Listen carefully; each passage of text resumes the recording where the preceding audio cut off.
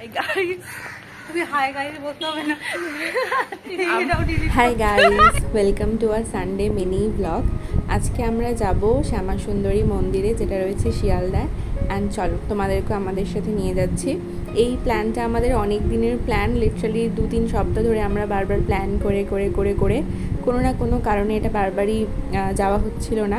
But আজকে আমরা finally decide করেছিলাম যে যাই হয়ে যাক না কেন আজকে যেতে হবেই। সো ফাইনালি আমরা যাচ্ছিলাম। এই মন্দিরটা না আগে শ্যামবাজারে ছিল, ওখান থেকে শিফট করে মাকে আনা হয়েছে শিয়ালদায়। সো আমরা ফার্স্ট ট্রেনে করে গিয়েছিলাম, ট্রেন থেকে নেমে আমরা এই রাস্তাটায় হাঁটছিলাম। আজকে যেহেতু সানডে ছিল, পুরো রাস্তা ফাঁকা ছিল। অ্যান্ড নর্থের দিকে তো একদমই রাস্তা পুরো ধুধু ফাঁকা। আমরা লিটারালি এই অল্প কয়েকজনই রাস্তায় হাঁটছিলাম, অ্যান্ড সমস্ত আশেপাশের দোকান বন্ধ ছিল। সো মা শ্যামা সুন্দরী মন্দিরে হয়তো আগে যারা গেছো তারা জানবে, যেহেতু মা বাচ্চা কালী, সো তার প্রসাদ মানেই হচ্ছে চকলেটস অ্যান্ড ফ্রুটি, চাল, কলা এইসবই। সো আমরা ফাইনালি মন্দিরে পৌঁছে গেছিলাম। একদমই ভিড় ছিল না, যেহেতু আমরা একদম সকাল সকাল গেছিলাম। সো মেবি আমরা হয়তো 10 মিনিট মতো লাইনে দাঁড়িয়েছিলাম।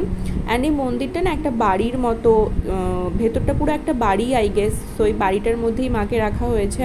অ্যান্ড পাশে একটা শিবের লিঙ্গ রাখা ছিল।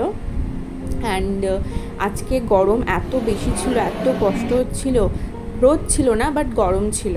অ্যান্ড এইটা হচ্ছে ভেতরটা, এখানে একটা সুন্দর স্যান্ডেলিয়ার লাগানো। অ্যান্ড এই হচ্ছে মায়ের মূর্তি। আমরা ভালো করে পুজো দিলাম, অ্যান্ড দেন পুষ্পাঞ্জলি দেওয়ার পর আমরা মাকে প্রণাম করে বেরিয়ে গেছিলাম। খুবই ভালো লেগেছে পুজো দিয়ে।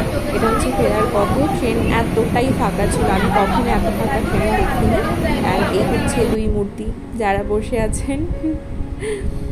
সো আজকের জন্য এই ব্লগটা এখানেই। তোমরাও যারা যেতে চাও তারা সকাল সকাল যাওয়ার চেষ্টা করো।